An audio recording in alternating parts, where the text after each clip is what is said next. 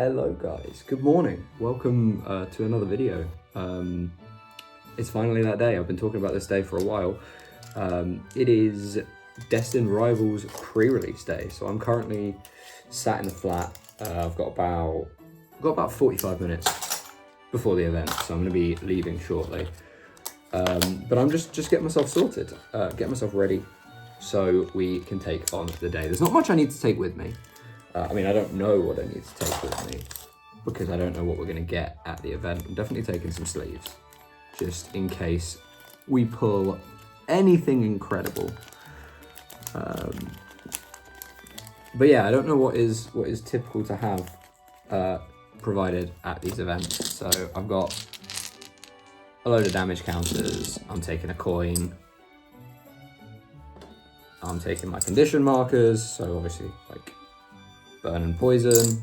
I'm a bit of a novice when it comes to actually playing the TCG, so if you come here expecting someone who's competent, this might not be the video for you. I mean, if you're expecting someone who's competent, this might not be the video for you anyway.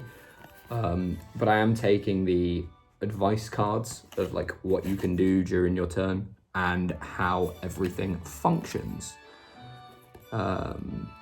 Mostly special conditions, because those are the bits of the game I am not as common with. But we're taking these just in case. I'm also taking some sleeves because I want my deck to look nice. And I really like the 151 box. I'm also taking the playmat from 151. So yeah, we're gonna head off to this event soon. I've just thrown sleeves everywhere. That's gone appallingly wrong. Yeah, I'm gonna just fix this now.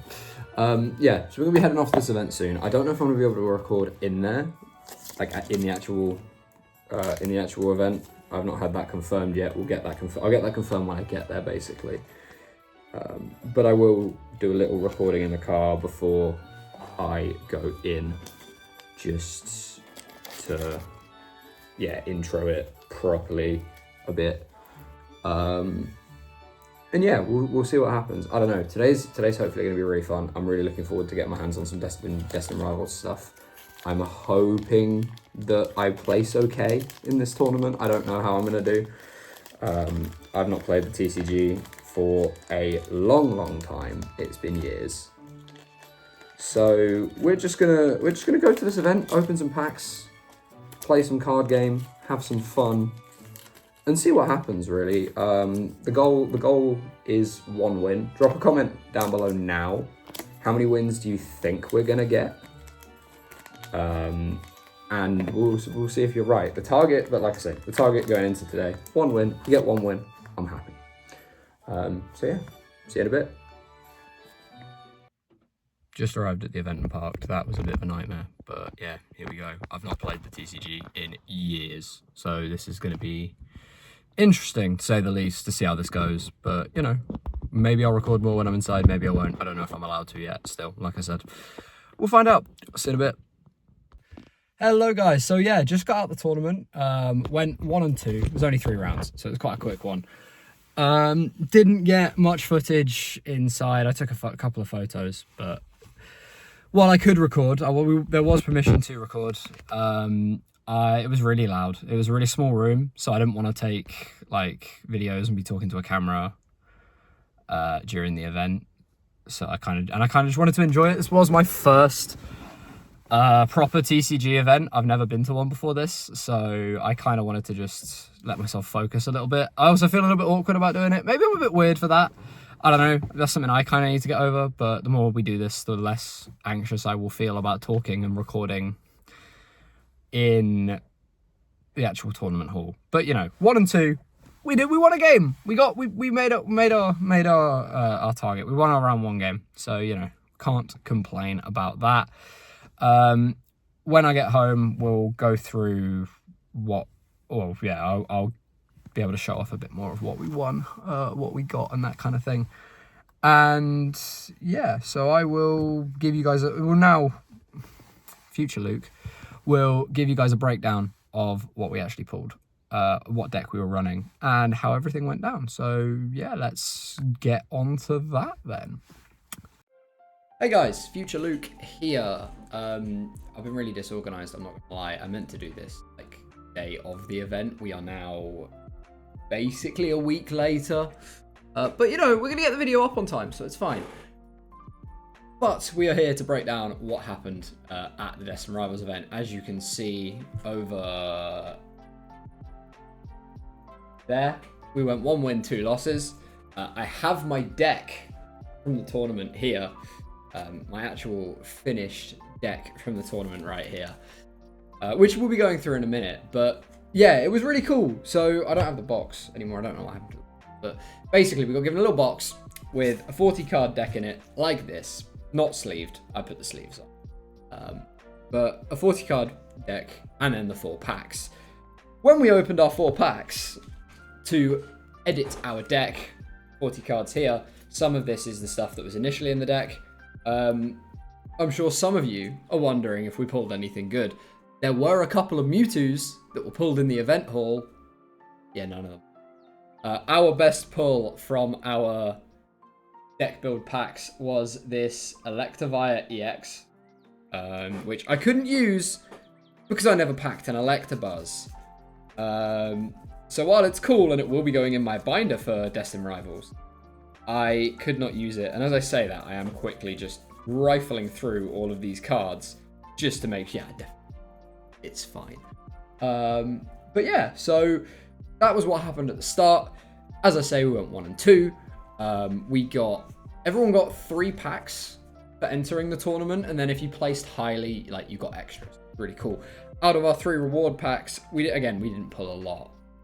I've since hit quite well. If you were in Monday's stream, you'll have seen our full art Team Rocket's Raticate. But out of the reward packs at the end of the tournament, we pulled the base Cynthia's Garchomp EX, which is quite cool. It was really nice as well, meeting a load of people and just chatting to other people about the TCG. It's really cool. It was a really friendly atmosphere. Everyone was really, really helpful. Like I said, going into it, I was a complete novice. I still regard myself as a novice in terms of the TCG, if we're being honest. I mean, I've played like 1 tournament, and I don't feel like I did that badly, but I definitely could do better. And we did a few trades, and we got this cute little full art Electrike in a trade at the event, which was also really nice. So shout out to everybody at the event. Shout out to all the other players. For one, they were all really cool people, really friendly, really just nice people to be around.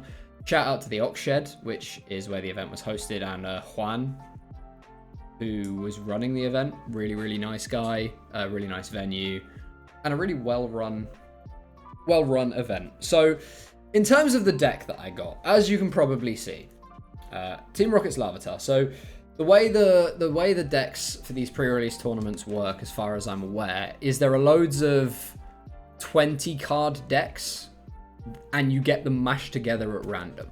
So I ended up with Team Rocket's Tyranitar and Ethan's Typhlosion as my deck preset that I then got to edit. So we had these 2 as kind of our ace cards. Team Rocket's Tyranitar and Ethan's Typhlosion. And obviously, you know, their respective evolution lines, Team Rocket's Larvitar, Pupitar, and Ethan's Cyndaquil and Quilava. So they were the crux of this deck. That I wanted to keep that as kind of the crux of the deck because they're both very, very powerful cards. Tyranitar is a great just meat wall that gives a lot of chip damage on your opponent's basic Pokemon, which some decks really struggled against. And Typhlosion with Buddy Blast had a lot of damage for not a lot of it. So it was really, really easy to kind of build up. I then had 3 Ethan's Adventures in my deck because if you look at the text on the Typhlosion card, for every copy of Ethan's Adventure in your discard pile, Buddy Blast does 60 extra damage. I have 3 of them in the deck, giving me a potential 180 extra damage, which was really, really useful. And so normally in the TCG, you play with 60 card decks, and you can have up to 4 copies of a card in your deck. This tournament, there's no restrictions. It's a 40 card deck. You can only have a 40 card deck, but if you wanted to have 40 of the same card, you could. So theoretically, if I'd have pulled more copies of Ethan's Adventure, I should probably actually showing the camera the card. If I'd pulled more copies of Ethan's Adventure, so I only started out with 2 of them. I packed a third and it went straight in the deck. If we'd have had more copies of it, we could have played it and gone from there and potentially just one-shot everything. Then the rest of the deck was relatively standard. I mean, I swapped out a Team Rocket's Energy for a holographic version because it was cool. Same thing with a Team Rocket's Larvitar, put a holographic version in because it looks cool. And, you know, why would I not want my deck to look cool? But then we get onto the specific modifications that I made for my deck. And maybe these were good ideas, maybe they were not. Like I say, I'm not good at the TCG. I am making this video because I enjoy the game. I enjoy collecting trading cards, and you know, if anyone has feedback on whether these are actually good decisions, let me know. I'm more than happy to learn. Like I say, I do not claim to be expert, but one of the first things we did was we actually dropped a Tyranitar Evolution line and a Typhlosion Evolution line. I didn't believe we needed 3 copies of each in the deck. I didn't think it was worth it. So instead, I mean, we changed around the trainer cards, added a few energies. But we put in a Ponyta, a copy of Ponyta and a copy of Rapidash. So Ponyta isn't really that special on its own. It's not that great. But the Rapidash in this set, it's 2 energy, 60 damage, which is quite efficient. But also the ability you get on the Rapidash, like Hurried Gate, I think is what it's called, is what it says at least. And it enables you to just draw like an extra card for free every turn. And I figure because the whole point of the deck was to stack up Ethan's Adventures, get them in the discard pile to charge up Typhlosion, having extra draw wouldn't be terrible. I didn't actually use it across the 3 games. I didn't use it once, actually. But, you know, it could be useful and it could help the consistency of the deck overall. The other thing I ended up adding to the deck as well was 1 copy of Weasel and a copy of Floatzel. So my initial thought of adding these is they're not cheap in terms of energy economy. Obviously, you can only attach 1 energy card per turn. They're not cheap because Wave Splash and Aqua Slash, which are the 2 high cost attacks on Weasel and Floatzel, are both 3 energy. However, that is not why I put Weasel and Floatzel into the deck. The reason they went into the deck is Floatzel's attack Whirlpool, which discards an energy from your opponent's active Pokemon, which, you know, if they've just attached an energy to something and you then go and remove it, and they didn't attack you on the previous turn, you've set them back a turn, right? So it just try and give yourself a little bit more control. It would also give a bit more consistency in the mirror matchups into other Ethan's Typhlosion decks, because you've then got a water type hitting the fire type, and Ethan's Typhlosion is a 2x weakness to water. So you could then have Aqua Slash, rather than dealing 140 damage, which wouldn't have been enough to take the Typhlosion out. It would then double up to 280, which takes the Typhlosion out of it. So it is also to make the mirror matchup slightly tilted in my favor, if it becomes. But yeah, we went 1 and 2. The first game went really, really well. I got a Typhlosion set up very quickly, got 2 Ethan's Adventures in my discard pile, and was able to just buddy blast my way to victory. Game 2 was a bit frustrating.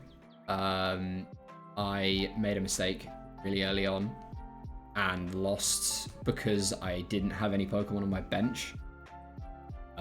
Because I didn't think about what I was doing with one of the uses of Ethan's Adventure. So you can grab any combination of up to 3 Ethan's Pokemon or Fire-type energies. I didn't grab an extra Cyndaquil. In hindsight, I probably should. Well, no, in hindsight, I definitely should have.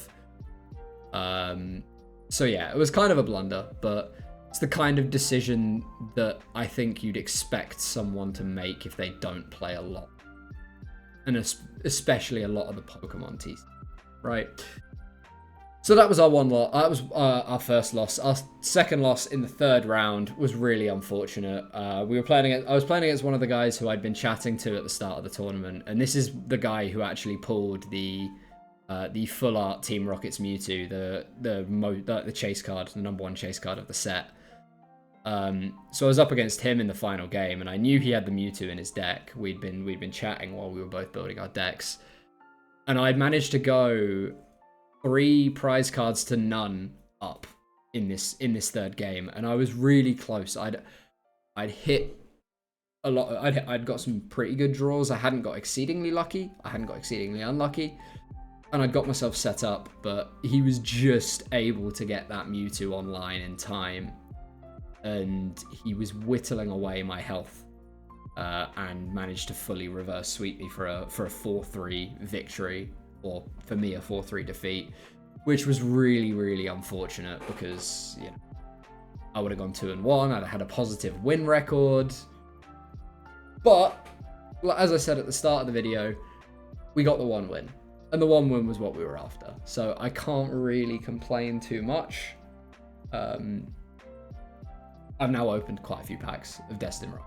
And yeah, it's a good set. It's a good set. There's some really good cards. The pull rates don't seem to be incredible, but, you know, it is what it is.